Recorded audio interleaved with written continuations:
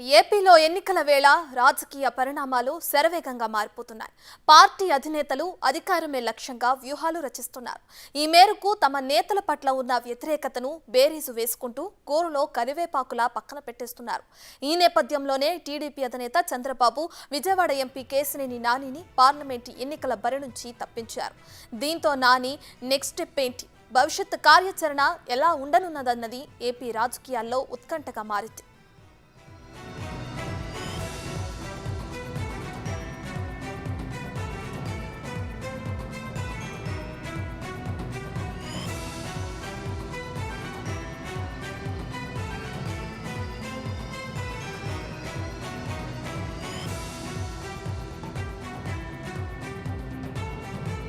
గత కొన్నాళ్లుగా కేశినేని బ్రదర్స్ వివాదంతో విజయవాడ రాజకీయాలు కాకరేపుతున్నాయి.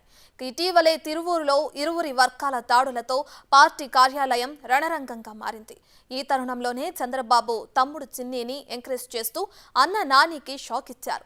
త్వరలో జరిగే పార్లమెంటు ఎన్నికల బరి నుంచి తనను తప్పిస్తున్నట్లు సమాచారం అందజేసింది టీడీపీ హైకమాండ్.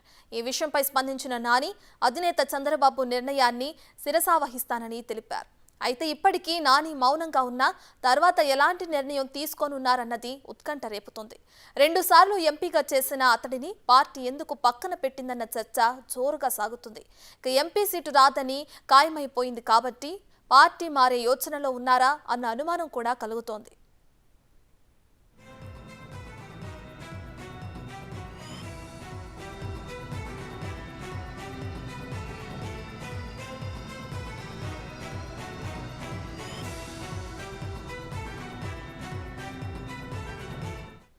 రైట్, ఇక ఇదే అంశానికి సంబంధించి మరింత సమాచారాన్ని మా ప్రతినిధి సాయి అందిస్తారు. సో చెప్పండి, ఇప్పటికే చూసుకుంటే అటు టీడీపీ 22 నియోజకవర్గాల్లో తిరుగుతూ చంద్రబాబు కూడా బహిరంగ సభలు నిర్వహిస్తున్నారు. అయితే ఈ విషయానికి సంబంధించి ఇటు కేశినేని బ్రదర్స్ వివాదం కూడా తెరపైకి వచ్చింది. విజయవాడ రాజకీయాల్లో కాకరేపుతుంది ఇప్పుడు ఈ వివాదం. అయితే తిరువూరులో ఇరు వర్గాల దాడిని దృష్టిలో పెట్టుకుని అటు నానిని కూడా ఈసారి టీడీపీ అధిష్టానం అయితే షాక్ ఇచ్చినట్లు కూడా మనం అర్థమవుతుంది. దీనికి సంబంధించిన అప్డేట్స్ ఏంటి?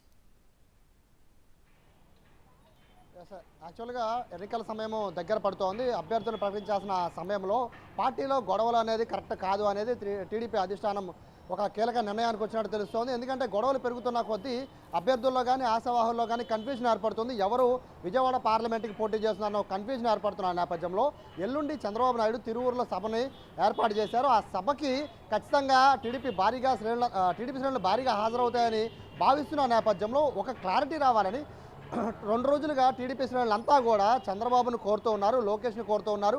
టీడీపీకి సంబంధించిన విజయవాడ పార్లమెంట్ అభ్యర్థిని ఎవరినో ఒకరిని ఖరారు చేయండి అని చెప్తూ ఉన్నారు.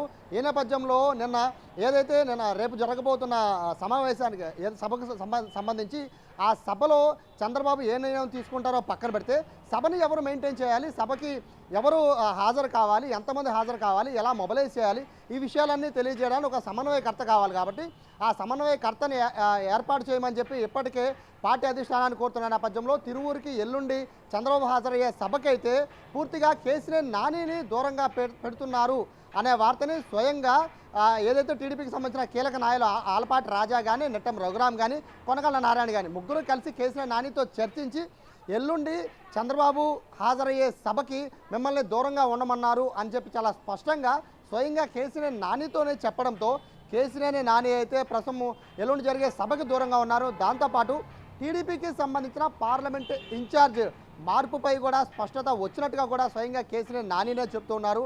అభ్యర్థిని కూడా మారుస్తున్నట్టు స్వయంగా నెట్టం రఘురాము, కొనకళ్ళ నారాయణ చెప్పినట్టుగా కూడా కేశినేని నాని స్వయంగా ఆయన సోషల్ మీడియాలో పోస్ట్ చేసిన విధానం చూస్తూ ఉంటే ఖచ్చితంగా ఈసారి టీడీపీ కొత్త అభ్యర్థి అయితే ఈసారి విజయవాడ పార్లమెంట్కి రాబోతున్నట్టుగా తెలుస్తోంది.